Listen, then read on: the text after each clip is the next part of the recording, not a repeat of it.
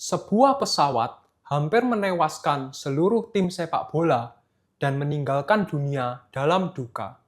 Di baliknya, tersisa misteri yang memunculkan lebih banyak pertanyaan daripada jawaban.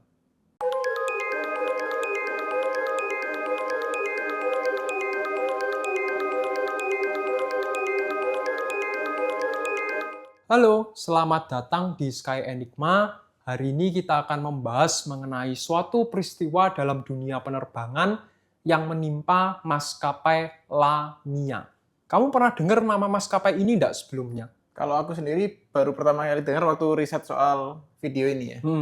Oke, masuk akal karena maskapai ini asal mulanya itu dari belahan bumi selatan, tepatnya daerah Amerika Latin, di mana pusat dari maskapai ini itu awalnya dari Venezuela. Ya. Tetapi karena alasan operasional, akhirnya mereka memindahkan pusatnya ke Bolivia. Dan berbeda dengan maskapai Amerika Latin pada umumnya ya, kita tahu tantangan maskapai Amerika Latin itu apa? Gunung dan teren-terennya ya. Betul. Selain itu juga lokasinya ini jauh dari manapun.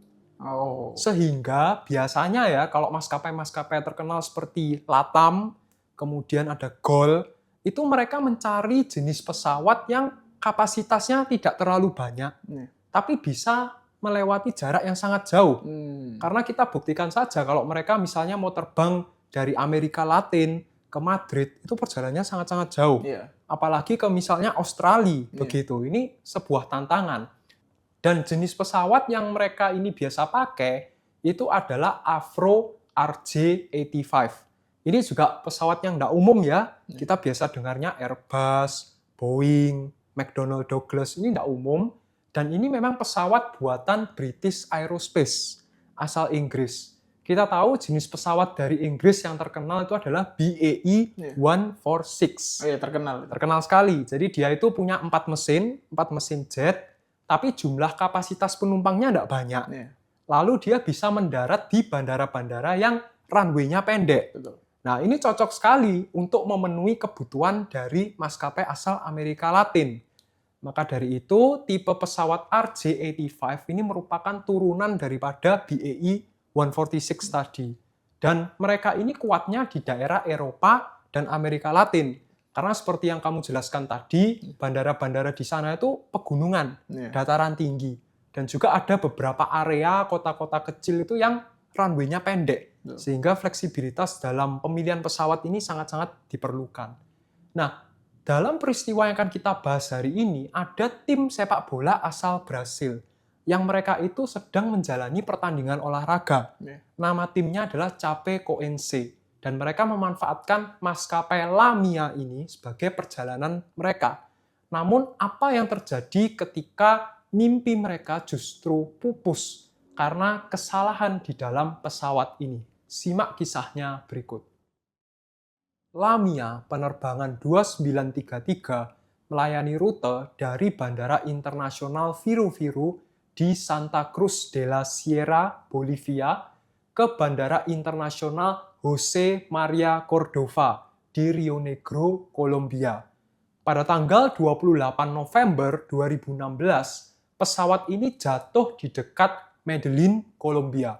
Kalau kita dengar nama Medellin, kita selalu ingat dengan Pablo Escobar, seperti peristiwa-peristiwa yang pernah kita bahas sebelumnya. Di mana pesawat yang terlibat kali ini adalah Avro RJ85 berusia cukup lama. Di dalam pesawat ini sendiri terdapat 73 penumpang dan 4 kru dengan totalnya adalah 77 orang. Dan seluruh penumpang adalah anggota dari klub Brasil bernama Chapecoense. Jadi ada pemainnya, ada pelatihnya, dan juga kru-kru pendukung begitu ya. Dan di kokpit sendiri terdapat kru, yaitu seorang kapten dan juga seorang first officer dan juga ada seorang pilot trainee yang waktu itu jadi pengamat aja di dalam pesawat. Dan kapten ini adalah salah satu pemilik maskapai dan juga instruktur penerbangan di maskapai tersebut. Orang penting ya sepertinya. Nah, sebelum kita masuk ke dalam bagian kronologi secara lebih detail, kami ingin mengingatkan para penonton dan pendengar untuk terus mendukung kami dengan cara follow atau subscribe, kemudian berikan like, komentar mengenai saran episode berikutnya, serta share kami di seluruh media sosial, baik itu di YouTube, Spotify, Instagram, dan TikTok. Kronologi dari peristiwa ini bermula pada pukul 18:18 waktu setempat saat pesawat lepas landas, di mana keberangkatan itu sempat tertunda 20-30 menit karena salah seorang penumpang itu ingin mengambil bagasi pribadinya. Jadi penerbangannya sempat tertunda ya dari jadwal. Nah, sebenarnya mereka itu ada rencana untuk berhenti di Kobija, mengisi bahan bakar. Karena jaraknya itu sebenarnya nanggung. Kita tadi kan cerita Avro RJ85 itu cocok untuk rute pendek hingga menengah. Nah, sebenarnya ini agak-agak nanggung, jadi mereka itu sebaiknya berhenti untuk mengisi bahan bakar. Namun karena adanya delay tadi, akhirnya pemberhentian ini dibatalkan. Karena bandara itu sudah pasti tutup saat pesawat ini tiba, begitu. Tipikal bandara di Amerika Latin, kalau semisal sepi penumpang, mereka menghentikan operasionalnya, begitu. Tidak 24 jam. Nah, pada 21:16 waktu setempat, tiba-tiba ada satu hal yang sangat dikhawatirkan para pilot, yaitu lampu peringatan bahan bakar itu tiba-tiba menyala.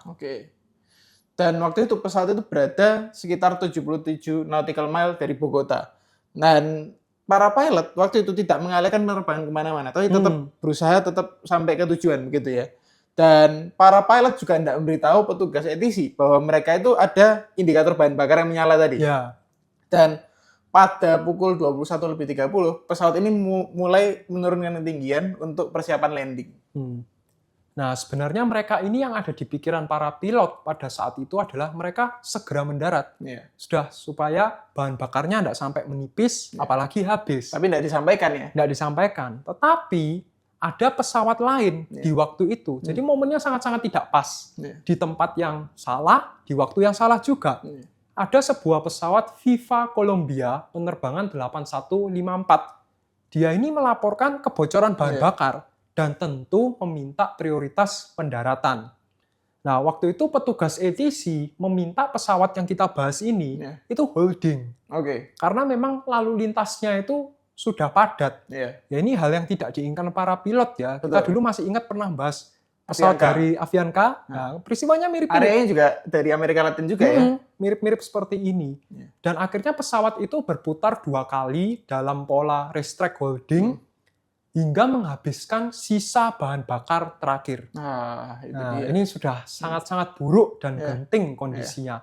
Dan para pilot akhirnya meminta prioritas pendaratan ke petugas ATC. Tapi lagi-lagi ada satu hal yang kelupaan. Apa itu?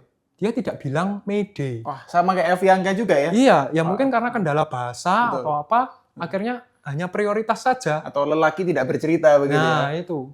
Dan beberapa detik setelah itu, mesin pesawat ini mati total karena tidak ada bahan bakar lagi. Akhirnya mesinnya mati total dan pada akhirnya pilot ini menyatakan total electrical failure, total fuel.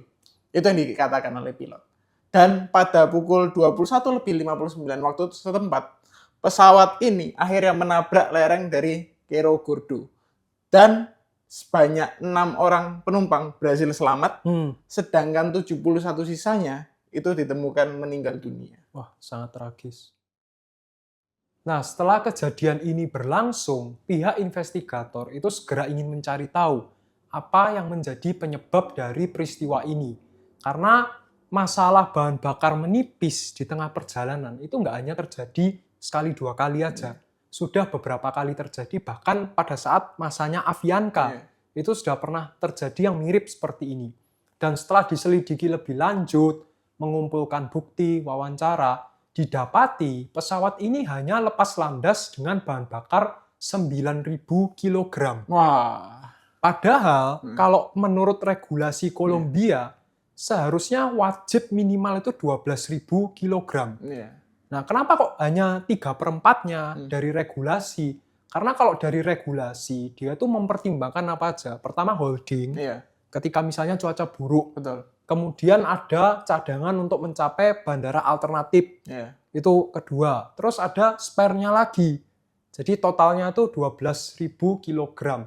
Dan yang lebih mengerikan lagi adalah ketika flight plan itu diperiksa, ternyata tidak terdapat opsi bandara alternatif. Wah, parah. Jadi mereka itu ya hanya ingin ke tujuan saja, Iya. tidak melakukan pemberhentian atau apa ya. Berharap karena- yang terbaik aja ya. berharap yang terbaik. Mereka positive thinking Iya. begitu.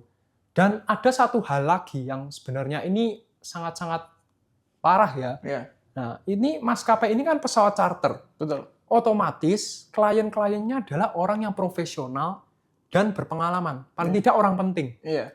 Biasanya orang penting itu apa yang mereka tidak punya? Mereka punya uang, Nah, tapi mereka nggak punya. waktu. Betul. Jadi mereka itu pengennya apa-apa cepat, Iya. apa-apa siap semuanya. Jadi ini mereka ini, para pilot, mendapat tekanan dari manajemen maskapai.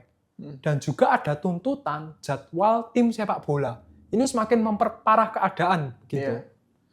Dan dibuat rekomendasi yaitu adalah pihak maskapai, ATC, otoritas penerbangan itu harus memastikan dan juga mengawasi penerapan aturan bahan bakar. Karena supaya memitigasi tidak terjadi penyelewengan gitu ya. Betul. Jadi kan harusnya 12.000 minimal, tapi ditaruh cuma 9.000.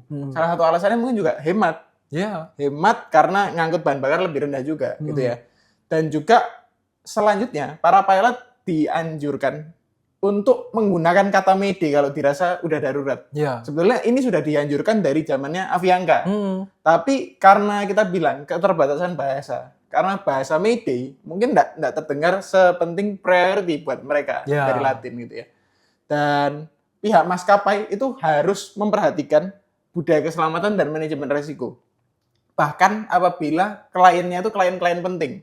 Karena bisa jadi kliennya ini menuntut pengen cepet sampai, tapi resikonya tidak diperhatikan. Ya. Seperti hal ini misalnya.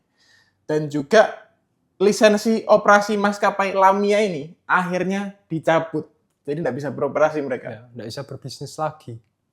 Demikianlah kisah yang dapat kami ceritakan mengenai Lamia penerbangan 2933. Terima kasih kami ucapkan kepada para penonton dan pendengar yang telah dengan setia menyimak episode ini dari awal hingga akhir. Terima kasih dan sampai jumpa di episode berikutnya.